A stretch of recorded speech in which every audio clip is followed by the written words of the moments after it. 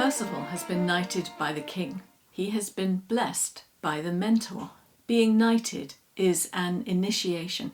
Initiation means a beginning, the beginning of a new awareness. At first, it can seem as if the initiation into knighthood is the end and aim of our seeking. We've become aware of that powerful energy inside ourselves. We've become a knight. We've made it. This initial flush of confidence is represented for us in the myth by Percival dashing off after Arthur has knighted him to find the Red Knight, whom he duly vanquishes. Then, donning the Red Knight's armour, Percival sets off again into the forest, not with any thought of being on a quest, but intent on returning home to his mother.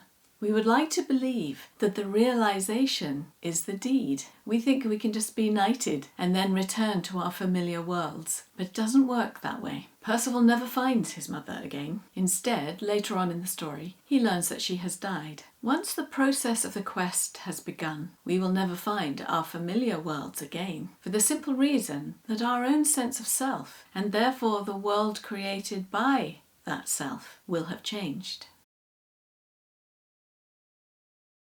Percival rides on through the forest until he reaches an open stretch of countryside by the side of a wide river. Following along the river's bank, he comes upon another impressive and well-fortified castle, and in front of its drawbridge stands a distinguished-looking gentleman dressed all in purple. Percival shouts across a greeting and promptly adds proudly that his mother taught him to greet gentlemen this way. And so begins the next episode of the story. I told the first part of the Grail story in some detail to set the stage for what follows, but for Percival's next two adventures I'm going to tell the bare bones only, hopefully enough to be able to explain the symbolism. The gentleman in purple turns out to be a veteran but kindly knight who, like others before him, realizes Percival is inexperienced and naive. He is surprised to learn King Arthur has made this simpleton a knight, but impressed when Percival explains that his crimson armour comes from his defeat of the mighty Red Knight, and he asks Percival how he can help him.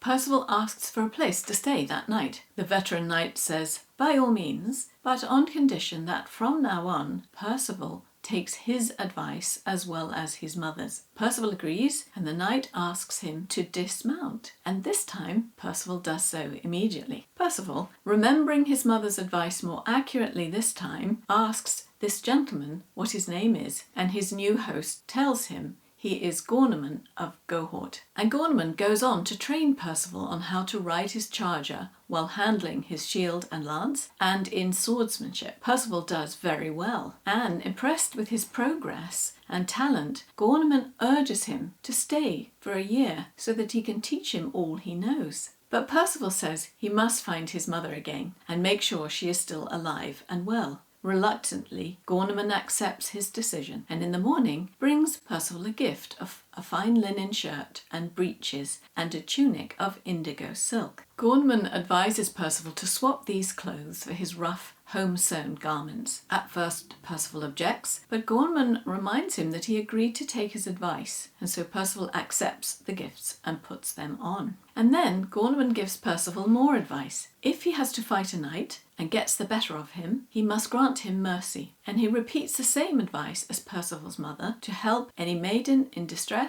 and to attend church whenever he can to pray. At this, Percival exclaims that he knows this is right because his own mother said the same, to which Gorneman replies that from now on, Percival should never say that his mother has taught him this or that. Now he is a knight, he needs to drop that habit, otherwise people might think him foolish. But the most fateful advice Gorneman imparts is for Percival to guard against talking too much generally, in case he seems foolish. In other words, Gorneman knows that when Percival opens his mouth, he usually betrays his naivety, and so he is attempting some damage control. Percival agrees to all that Gorneman says and heads out, still anxious to return to his mother, whom he had last seen in a dead faint.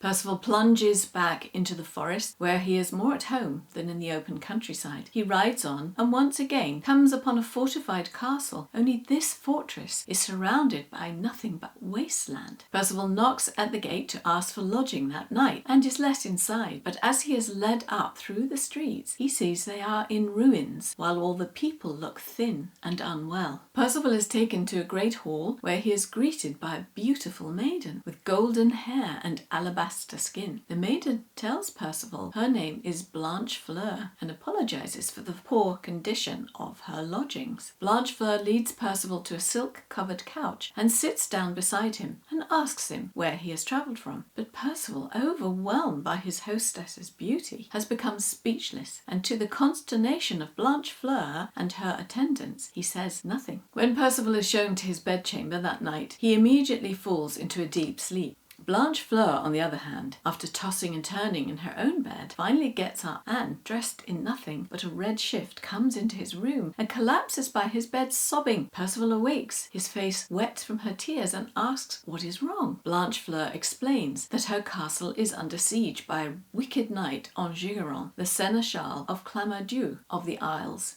Of 310 knights who once manned her castle, only 50 are left. Their provisions are now exhausted to the point that tomorrow, unless God intervenes, the castle will be handed over to him. Clamadieu intends then to have her as well as all her lands, but she is planning to kill herself first. Percival comforts her, saying that if it please God, things will work out better than she fears. He puts his arm around her and draws her into his bed, and they spend the night together. In the morning, Percival asks Blanchefleur that if he defeats her enemy, she grant him her love as his alone. Percival duly fights and overcomes Enguerrand, and remembering Gorneman's advice, he does not kill him, but shows mercy, ordering him to go as a prisoner to King Arthur's court and offer himself in his service. The next day, Clamadieu himself shows up, but his men are decimated by Blanchefleur's archers and crushed when the portcullis falls on them. Clamadieu then challenges Percival to a duel, in which Percival overcomes him, and again he offers mercy instead of killing him and sends him off to report to King Arthur as well.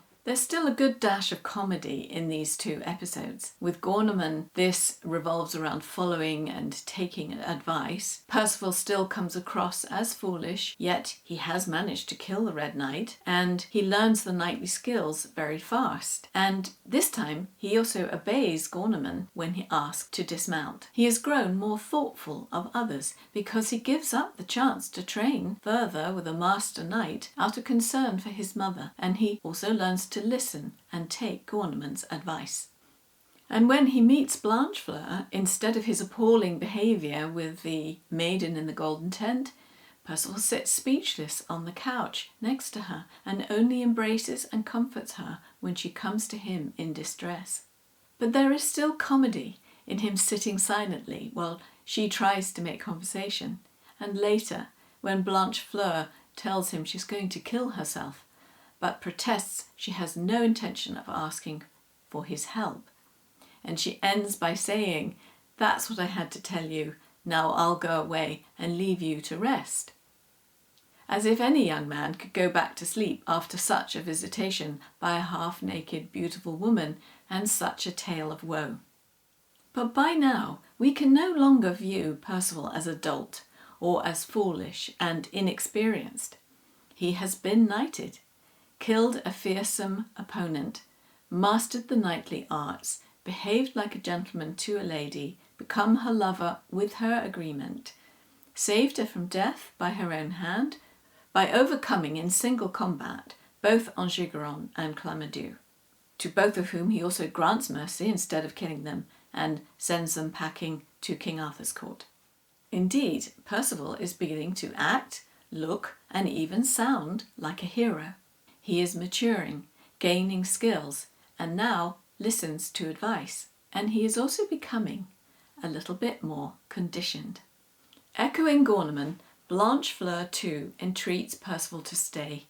However, once again, Percival says he must continue his journey back home because his mother will be worrying herself to death over his safety. If he finds his mother well, he will return with her, and he will return also if his mother has died. But Percival's next encounter which we will explore in part 6, and which forms the central scene of the story, is something altogether different. This is when our collective dream turns into a ritual, and this 12th century narrative turns from a semi-comedic farce into an intensely vivid, symbolic map of our consciousness.